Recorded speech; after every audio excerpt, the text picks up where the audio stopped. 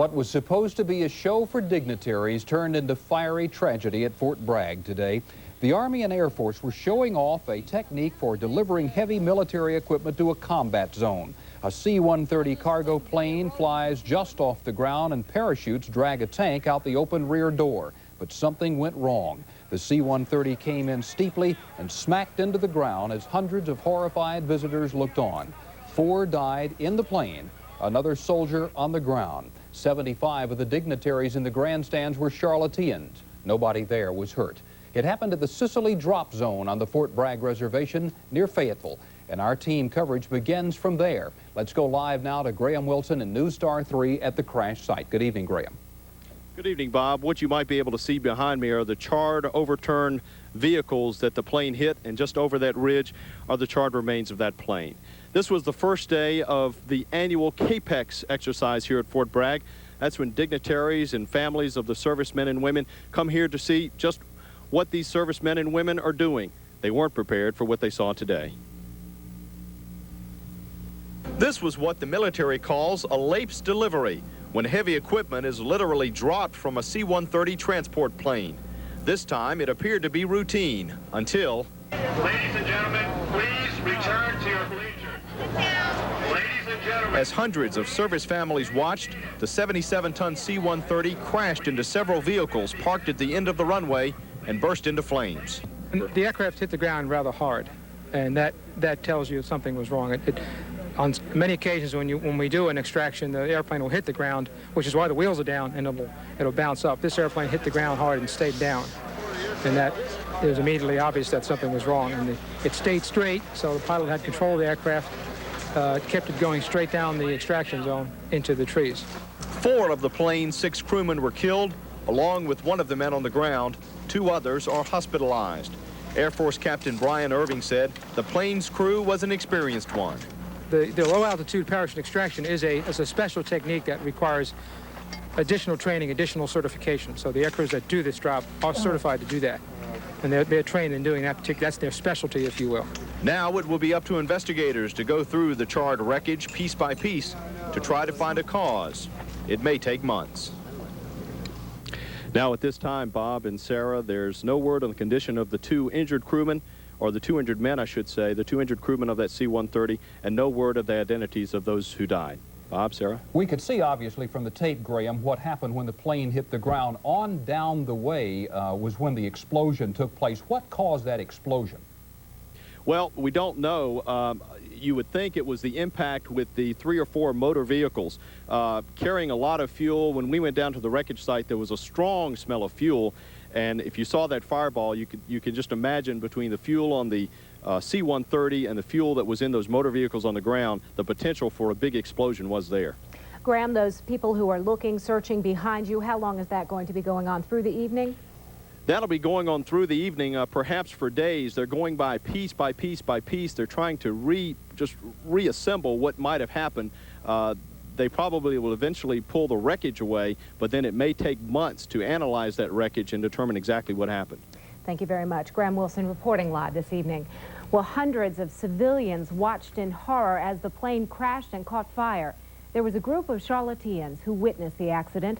They had just returned from Fort Bragg. That was about an hour ago. Mark Freiberg standing by live at Charlotte's Air National Guard. Mark? Sarah, it just so happened that they numbered 75 from the Charlotte area. They were witnesses to the tragedy. They were all invited as VIPs. Ironically, they were flown back here to Charlotte from Fort Bragg on the same type of aircraft involved in the crash, a Lockheed C-130 Hercules. Now, this is the same type of airplane, which you may be able to see here in a minute, which was involved in the crash, as I said earlier. Many of them, being civilians, said they were caught off guard. They said they really didn't know what happened until the plane crashed and they saw the explosion. One of those eyewitnesses was Charlotte Mayor Pro Tem Al Russo. He told me he initially thought, he was in such a state of shock, he initially thought that the explosion was even part of the demonstration. When the debris started falling and the Army personnel, Air Force personnel started getting them out of the way and behind the stands, they realized that there had been a real accident, a real problem. Joining me now is another witness to the crash. He is the commander of the North Carolina Air National Guard, Brigadier General Harold Earnhardt. Now, General Earnhardt did not command this particular group, but he is experienced in the C-130. He knows about this type of maneuver. General, please tell us, did it appear that there was something about the approach to the maneuver that didn't look just quite right? Well, yes, it appeared as though he had lined up on the assault strip, which was adjacent to the taxiway, and then he made a correction over to the taxiway, and his descent was steeper than normal for most approaches. In his mind, I'm sure he thought he was okay, but I think he was a little high and in a little too close. He might have been coming down faster to correct for his height? Yes, he probably was, and you can do that if you've got enough room to level off and then go in and a level attitude when your load comes out. But with a heavy aircraft, you have a very high sink rate, and this was a heavy aircraft. Now, did it appear to you that there was any disintegration of this aircraft before it hit the ground, or was it a result, apparently, of the impact? It was a result of the impact. As Graham Wilson has already said, it'll take 6 months, but this is just personal observation. Thank you. One other question about that. You have witnessed crashes before. You're a career military man. How do you feel when you have to see something like this happen once again? Well, it's almost a sick feeling. It's not something that you ever get used to or ever want to see. Okay, thank you very much. Brigadier General Harold Earnhardt. He is the commander of the North Carolina Air National Guard. Bob, Sarah? Mark, before the general gets away, ask him this for me. It seemed like that the demonstration was taking place awfully close to a big crowd of people. If he were putting on that demonstration, would he have moved the plane and everything back a little further? Bob Inman had just asked, considering how close the crowd was to this accident, if you'd been in charge there, would you have perhaps put more distance between the spectators and the aircraft? No, I think it was a safe distance. Okay, Bob, I might add also, the eyewitnesses that we interviewed told us they did not feel threatened because of the direction of travel of the aircraft. It hit and went right past them, so they did not feel afraid at the time, the ones we talked to. Mark, a question related for the general. There were cars at the end of the area where the plane was landing, and it apparently ran into those cars. Is that typical for it to be landing in such an enclosed area, not just close to people, but to other things? Sarah was asking as well about the vehicles that were apparently in this area that impacted with the aircraft. Is this the way it's typically done, to have obstacles like that in the area? What vehicles are? There were apparently some type of vehicles that the plane collided with after it struck the ground. I didn't see it collide with any vehicles. It came close to some vehicles that were at the other end of the taxiway, but I did not see it collide with any vehicles. Okay, we had witnesses whose accounts had varied on that. Again, the Brigadier General is an experienced observer of these maneuvers. Okay, thank you very much, Mark Freiberg and General Earnhardt. Well, it will be months at least before Air Force investigators know exactly what caused today's crash. Even so, some experienced C-130 pilots already have some ideas of their own. L.A. Smith talked with some of those pilots today about what they think went wrong. Well, Bob, those familiar with the type of maneuver that was being done today say the crash probably has a lot to do with the chute that you saw coming out the back. That chute apparently is not supposed to be deployed until the aircraft is about 10 feet above the ground.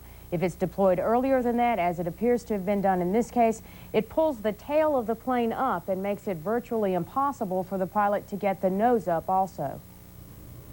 This videotape was the top feature at the Air National Guard headquarters.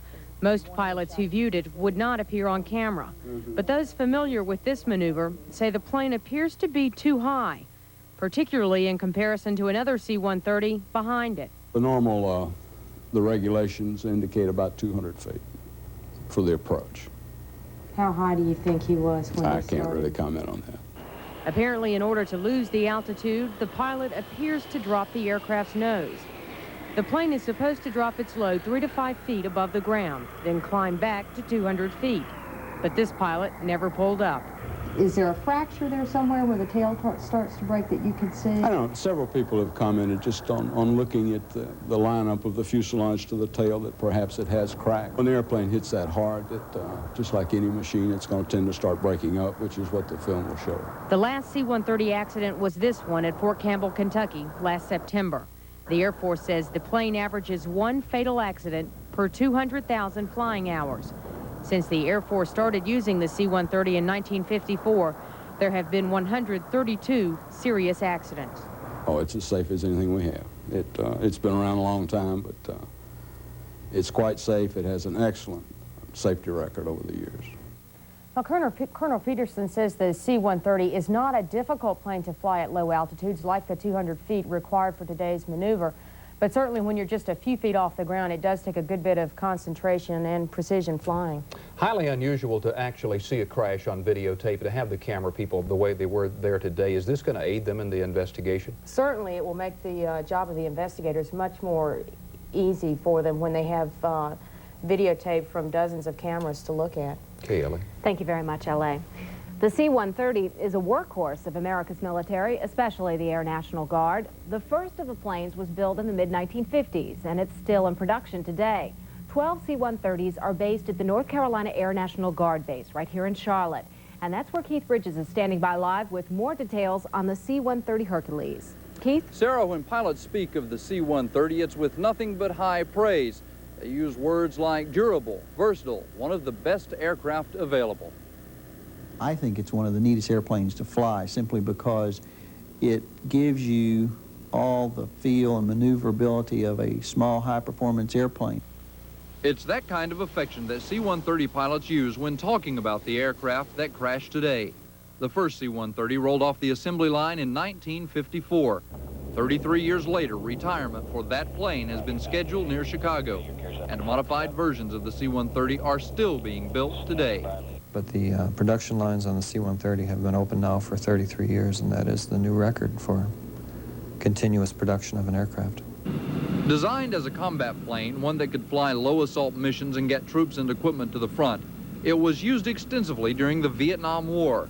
The C-130 is still seeing action in Central America. Just last April, the North Carolina Air National Guard flew missions to Honduras.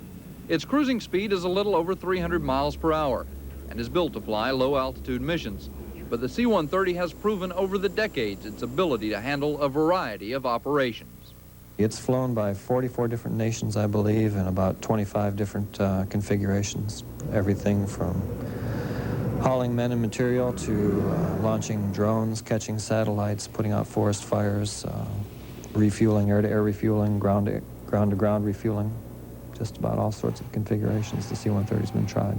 And a C-130 is probably as close to a sports car without actually having a sports car, without flying, say, a fighter-type airplane. As an example of the durability of the C-130, the 12 that are based here in Charlotte were built between 1957 and 1961.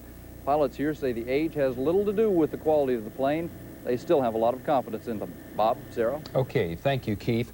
Well, still to come on WBTV News, we'll hear from the Charlotte Symphony Orchestra on their first ever tour of Europe. And a man suspected of a string of rape. They all know they can get a 15-year mortgage at Wachovia Bank with surprisingly affordable payments. These people know that Wachovia is the bank for mortgage money. We thought you'd like to know, too. WSOC TV, Charlotte. Bill Walker, Meg McDonald, David Haynes with tonight's Live Eye cover story, AMS meteorologist Ray Boylan, and Harold Johnson with sports. This is Eyewitness News Tonight. Good evening. Meg is on assignment tonight. Crash investigators at Fort Bragg this evening have identified the dead and injured in today's C-130 crash, and they have uncovered an important piece of evidence. Investigators tonight have the flight recorder from that C-130, which crashed and burned during exercises before a grandstand audience today. 5 people died. 2 others have been moved to special burn units in Texas tonight. None is from the Carolinas. Channel 9's Jeff Saunier spent the day in Fort Bragg at the crash scene, and he has more on the story now. Ladies and gentlemen, please move to the rear of the bleachers. There were prayers and tears and sheer panic in a crowd of 5,000 here at Fort Bragg. I've got to go down there to find out. Please move to the rear of the bleachers as we pass. Please stay here. 5,000 spectators who watched in horror as the C-130 crashed and burned during a training exercise. The huge transport plane was flying low to drop a tank with a parachute from its rear cargo hatch. But apparently it came in too fast, skidding hard on its belly, out of control, right in front of the crowded grandstand. It's a tragedy to lose people for any purpose, whether it be for an accident or an actual combat. And it's doubly tragic to do that in front of thousands of people. The airplane itself cut a 50-foot path through this grove of pine trees behind us, turning over military vehicles in its path and leaving a trail of burning debris behind it. The only part that's really recognizable now is a huge tail section off in the distance. The rest of the transport plane burned beyond recognition. One of the victims was killed when the plane slammed into his Jeep, parked near the end of the drop area. The others who died were crewmen on board the plane, some with friends and family in the audience. On behalf of the commanding generals of these air crewmen, we extend our very deep sympathy to the friends and families of those involved. Jeff Sonyer, Channel 9 Eyewitness News at Fort Bragg. Now, nobody is certain whether people or machines caused that accident today, but among those who fly the C-130 transports, there is real reluctance to blame the aircraft. It is a longtime favorite in a very unglamorous job. 100 years ago, pack mules and gun carriages did this job. For the past 30 years, it's been Lockheed's C-130, dragging everything for America's fighting forces in every war theater. A look inside the ramp-like tail section shows space for heavy artillery or paratroopers, whatever the cargo of the day is. One of the reasons the C-130 was developed, and I think one of the reasons that the C-130 has been so successful for the 30-odd years that it's been flying, is because of the variety of capabilities that it has. To the non-military eye, today's maneuver, called a low-altitude parachute extraction, looks risky. But to those who fly these boxcars, it's just another day at the office. The pilots are highly trained, but the maneuver itself is still tricky. The airplane's not supposed to touch the ground. They have the gear down just in case it did, and it looked like it hit extremely hard, and it looked like the tank might have hit part of the aircraft as it came out, and the aircraft started going apart on him. General Sadler has flown that parachute extraction many times himself. He, in fact, once led the men who crashed today. He was among a large group of people from Charlotte who witnessed that accident.